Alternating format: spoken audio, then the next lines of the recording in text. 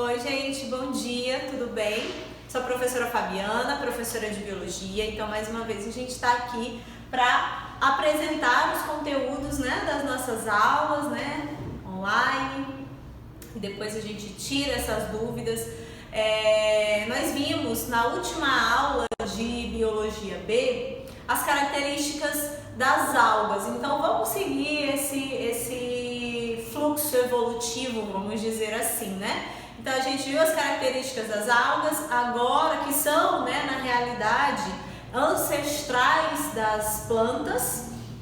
Então nós vamos conhecer agora os grupos das plantas, As plantas, o reino vegetal, no caso, ele é constituído por 4 grupos, grandes grupos de plantas, que são as briófitas, pteridófitas, gimnospermas e as angiospermas.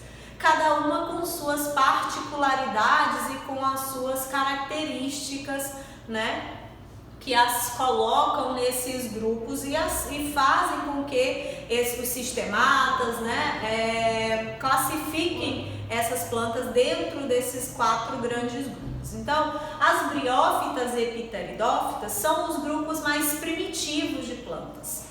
Ah, professora, então significa que essas plantas elas são menos evoluídas? Não.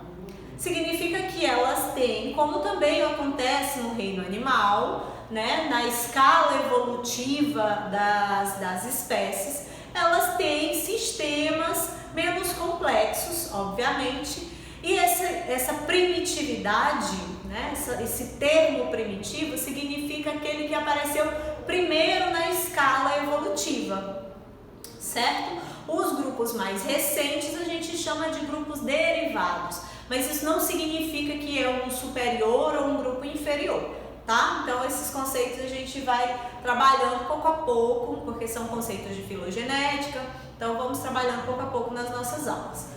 A aula de hoje é referente à Biologia B, tá? O livro de vocês de Biologia B, aula 17 e 18, certo? Então aqui, no nosso livro, aliás, aula 13, 14, 15 e 16 do nosso livro, certo?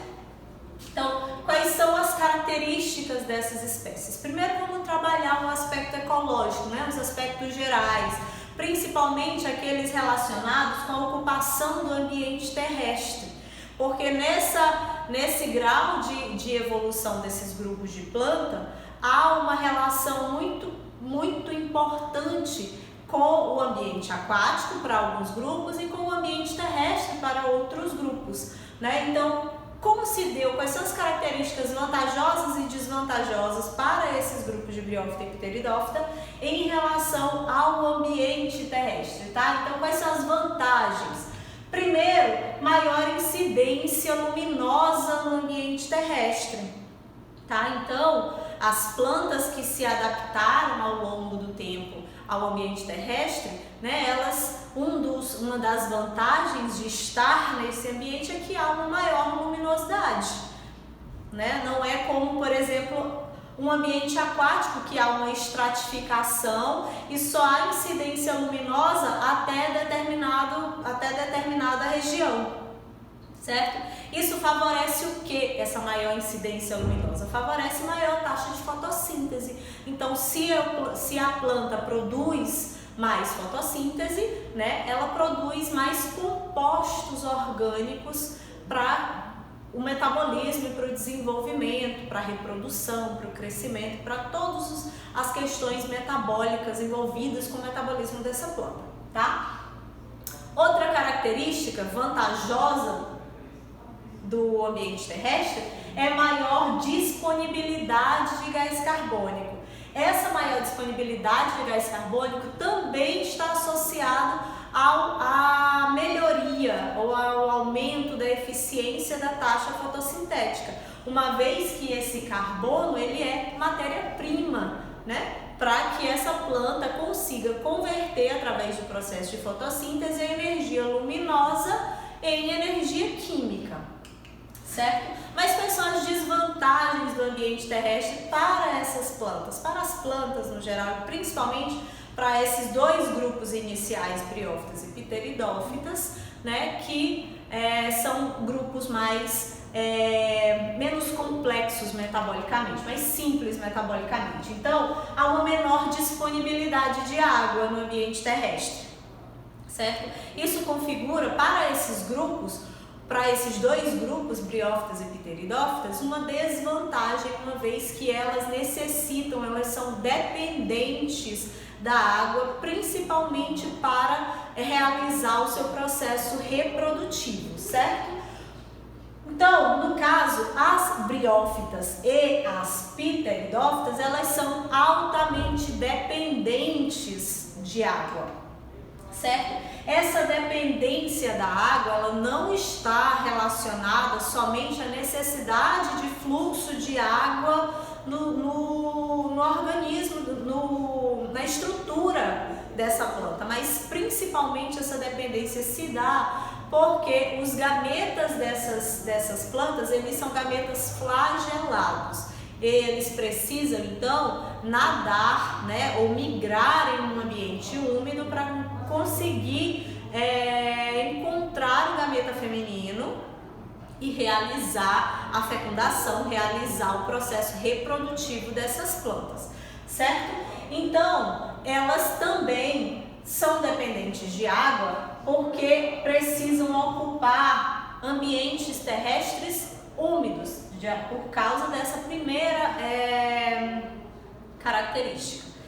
Outra característica, né, relacionada a essa dependência da água é porque principalmente as briófitas, que são as plantas avasculares, elas não possuem vasos condutores, né? Elas podem ser chamadas, vocês podem encontrar nos livros e nos textos de estudo de vocês, como plantas avasculares, sem vasos condutores ou também atraqueófitas, ok?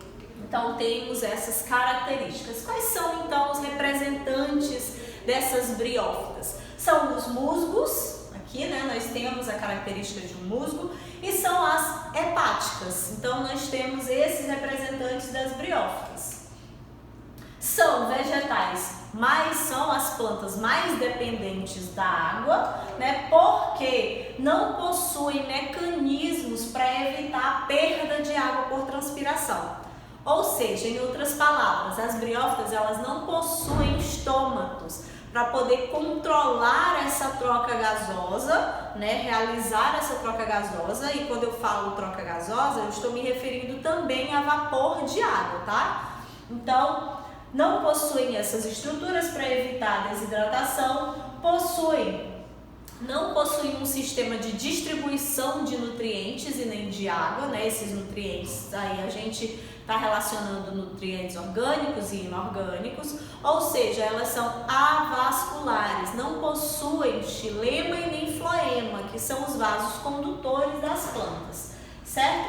Então, recebem essa denominação. Como que essa distribuição de nutrientes ela é realizada? Célula a célula, através do processo de difusão simples da membrana plasmática, tá? Então, eu tenho uma célula da planta, essa célula, o nutriente, ela passa através do transporte simples de membrana para a próxima célula e assim sucessivamente, certo? Então, não há um sistema complexo, um sistema mais complexo mesmo de transporte de seiva, né? Aí, no caso, a seiva bruta e a seiva elaborada, tá? Então, essas características, né, de avascularidade, principalmente, o fato de não possuírem xilema e nem floema, restringem essas plantas. Primeiro, essas plantas, como elas não possuem um mecanismo de evitar a desidratação, elas têm que viver em ambientes com uma disponibilidade de água, né, e sombreados, certo? Outra característica é que, como elas não possuem esses vasos para poder nutrir eficientemente a estrutura dessa planta, né, nutrir a planta, elas não atingem um porte grande. Então, geralmente, um musgo ele chega no máximo a 1 centímetro de tamanho mesmo. Então, é bem pequenininho, né? Não tem como uma planta que não possui vasos condutores atingir altas estaturas, né? Um porte grande. Outra característica relacionada a isso, né, a esse pequeno porte, é que o xilema, principalmente, as células do xilema, além de transportar a seiva bruta, elas também garantem a sustentação da planta, tá? Então, como as briófitas não possuem o xilema, não tem como manter essa sustentação. Então, geralmente, os musgos e as hepáticas, eles são plantas bem pequenas, certo? Já em relação ao sistema ou ao ciclo reprodutivo, né, dessas plantas, nós dizemos que essas plantas, as plantas no geral, né, desde as algas, né, a gente já viu lá no ciclo reprodutivo das algas, ocorre um processo de reprodutivo que nós conhecemos como alternância de gerações. Ou seja, nós temos uma fase gametofítica, tá? Que é uma fase haploide, né? É a fase nas briófitas a mais desenvolvida e a que permanece mais tempo, ou seja, a fase de reprodução prolongada, tá? E aí aqui nós temos um exemplo de uma estrutura de um musgo. No caso dos musgos, por serem plantas muito simples, não há caule, raiz ou folhas. Aqui a denominação é rizoide, cauloide e filoides, certo? E isso essa estrutura forma o gametófito, tá? Pelo próprio nome, a gente já subentende que esse gametófito é aquela estrutura que vai produzir os gametas, ou responsável pela produção dos gametas. Por isso que é haploide, né? Lembram lá? Gametas, todos os gametas eles são haploides, certo? Então, no caso dos musgos, a fase gametofítica, essa fase aqui é a que permanece no ambiente. Por que que isso acontece? Porque há uma segunda fase, que é a fase esporofítica, ou fase de produção de esporos, certo? É uma fase transitória, efêmera, passageira. Ela só vai permanecer, né, enquanto houver a necessidade de produzir os esporos. Então, vamos voltar para a nossa figura. Aqui eu tenho aquela figura anterior, que é o gametófito, é a fase que vai permanecer no ambiente, então, né, mesmo quando a planta não estiver em processo reprodutivo. Quando esse musgo, ele entra no processo no estágio de reprodução ou na fase de ciclo reprodutivo, ele produz aqui, ó, o esporófito. E aí esse esporófito é como se fosse uma haste que tem na sua extremidade uma cápsula. Essa cápsula é o que a gente chama de esporângio, tá? Então, esporângio é a estrutura que vai produzir os esporos através do processo de meiose, certo? Então, aqui dentro dessa cápsula ocorrem meioses e essas meioses produzem esporos. Quando esses esporos estão maduros, vamos dizer assim, essa cápsula abre, né? Ela se abre, tem como se fosse uma tampinha mesmo aqui, ó. Então ela se abre, libera esses esporos para o ambiente. Então esses esporos, eles caem no solo úmido, né? E germinam, brotando um novo processo, um novo gametófito. Então acontece basicamente isso. Os gametófitos, né, produzem os gametas, os esporófitos produzem os esporos, tá? Então, essa é a reprodução sexuada das briófitas, no caso, né? Por isso que é alternância de gerações, né? Ou ciclo haplodiplobionte, onde há uma fase sexuada e uma fase assexuada. Ocorre na maioria das espécies, né? Principalmente quando essa espécie ela é dioica, onde a parte masculina, né, produz o gameta, certo? Então, a estrutura reprodutiva masculina, nesse caso, a gente chama de anterídeo. E esse anterídeo, ele vai produzir os gametas masculinos, que são os anterozoides, certo? E esse anterozoide, que é o gameta masculino dessa briófita, ele é flagelado. Por isso que essas plantas, elas são dependentes totalmente da água, né? Porque para elas se reproduzirem, depende desse fluxo de água para esse espermatozoide, para esse anterozoide migrar e encontrar a oosfera, que é a estrutura feminina, tá? Então a parte feminina da planta é chamada de arquegônio, e esse arquegônio vai produzir um gameta, que é a oosfera, certo? Então, aqui a gente tem o resumo desse ciclo reprodutivo. Nós temos 2 gametófitos, certo? Haploides. Esses gametófitos vão produzir os gametas, certo? O anterídeo vai produzir o anterozoide e o arquegônio vai produzir a oosfera. Uma vez que esses gametas, eles estão produzidos, né? Já estão maduros, vamos dizer assim, os anterozoides, eles migram através de gotículas de água, do ambiente úmido, até a oosfera, ocorrendo a fecundação. Quando ocorre essa fecundação, a produção do esporófito, que é essa haste com a cápsula na extremidade. Uma vez que a produção desse esporófito, ele é uma fase aqui, ó, passageira, porque produziu os esporos, né? Liberou esses esporos, esse esporófito aqui, ó, ele desaparece, ele cai, né? E desaparece, ficando só novamente os gametófitos, certo?